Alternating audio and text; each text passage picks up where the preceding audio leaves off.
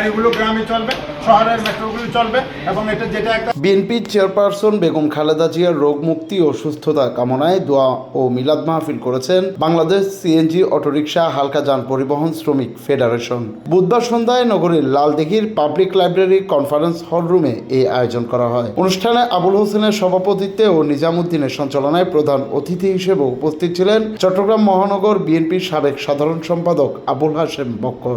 এখন আমরা আমাদের নেতৃত্বের জন্য দোয়া করতে পারতেছি, আল্লাহর দরবারে হাত তুলে, এটা হচ্ছে আল্লাহর কাছে শুকরিয়া। আমি হালকা মোটরযানের সবাইকে ধন্যবাদ জানাচ্ছি। বিগত আন্দোলনে আমি এবং ডাক্তার সাদাত সাহেবের সাথে আমাদের মহানগরের যারা হালকা মোটরযান নেতৃবৃন্দ ছিলেন। প্রধান বক্তা ছিলেন ফেডারেশনের কেন্দ্রীয় কমিটির সাধারণ সম্পাদক গোলাম ফারুক।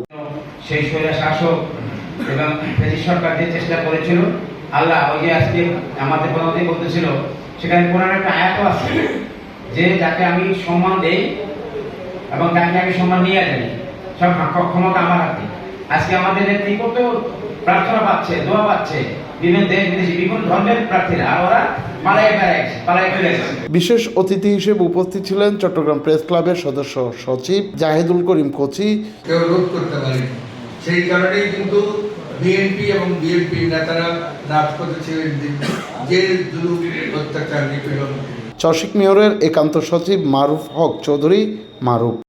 মহান আল্লাহ তাআলা রব্বুল আলামিনের দরবারে আজকে দেশের সর্বস্তরের মানুষ আপনার এই দেশ থেকে বেগম খালেদা জিয়ার জন্য দোয়া করছেন।